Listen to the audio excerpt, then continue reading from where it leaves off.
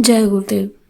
स्वामी जी ने कहा, हर सत्संगी को कुछ बातें याद रखनी चाहिए।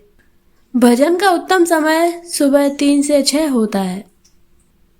24 घंटे में से 3 घंटों पर आपका हक नहीं, ये समय गुरु का है।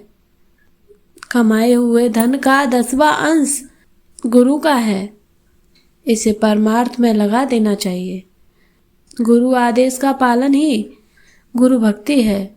गुरु का पहला आदेश भजन का है, जो नामदान के समय मिला था।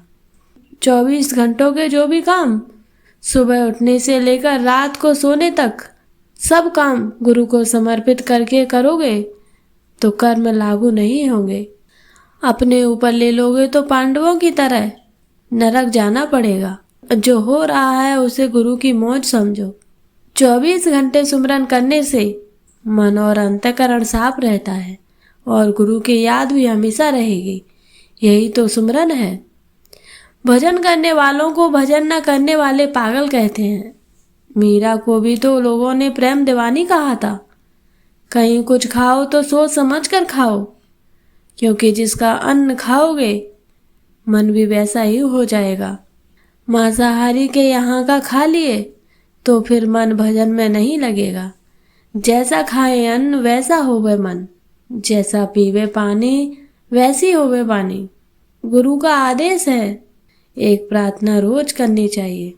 सामूहिक सत्संग ध्यान भजन में लाभ मिलता है। एक कक्षा में होशियार विद्यार्थी के पास बैठकर कमजोर विद्यार्थी भी कुछ सीख लेता है और कक्षा में उत्तीर्ण हो जाता है। गुरु का प्रसाद यानी बरकत रोज लेनी चाहिए। भोजन दिन में 2 बार करते हो तो भजन भी दिन में 2 बार करना चाहिए। जिस दिन भजन ना कर पाओ उस दिन भोजन करने का हक भी नहीं है। हर जीव में परमात्मा का अंश है, इसलिए सब पर दया करो। सबके प्रति प्रेम भाव रखो, चाहे वो आपका दुश्मन ही क्यों ना हो। ऐसे सोचो कि मैं परमात्मा की हर रूह से प्रेम करता हूँ, तो भजन भी बनने लगेगा। परमार्थ का रास्ता प्रेम का है। दिमाग लगाओगे तो दुनिया की बातों में फंस के रह जाओगे। अगर आप 24 घंटों में भजन के लिए समय नहीं निकाल पाते हो तो इससे अच्छा है कि चुल्लू भर पानी में डूब मरो।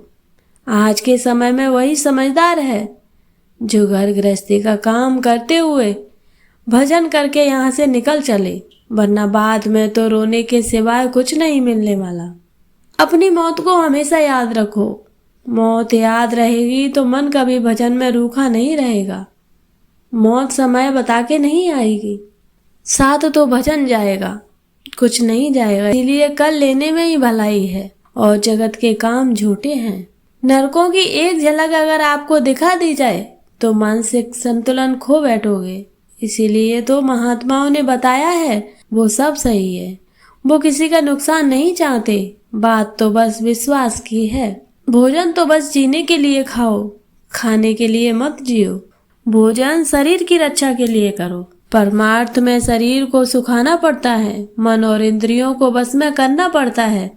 जो ये करे वही परमार्थ के लायक। अपने भाग्य को सराहो कि आपको गुरु और नामदान मिल गया। जब दुनिया रोती नजर आएगी तब इसकी कीमत समझोगे। किसी की निंदा मत करो, वरना उसके कर्मों के भार तले दब जाओगे, क्योंकि किसी के कर्मों की लीद का पहाड़ अपने सर पर ले रहे हो। भजन न बनने का कारण है गुरु के वचनों का याद न रहना। गुरु वचनों को माला की तरह फेरते रहो, जैसे एक कंगाल अपनी झोली को बार बार टटोलता है। इस कलयुग में 3 बातों से जीव का कल्याण हो सकता है। एक सतगुरु पूरे का साथ, दूसरा साधु की संगत और तीसरा नाम का सुमरन ध्यान और भजन। बाकी सब झगड़े की बातें हैं। इस वक्त में सिवाय इन 3 बातों के और कर्मों में जीव का आकाज होता है। जय गुरुदेव।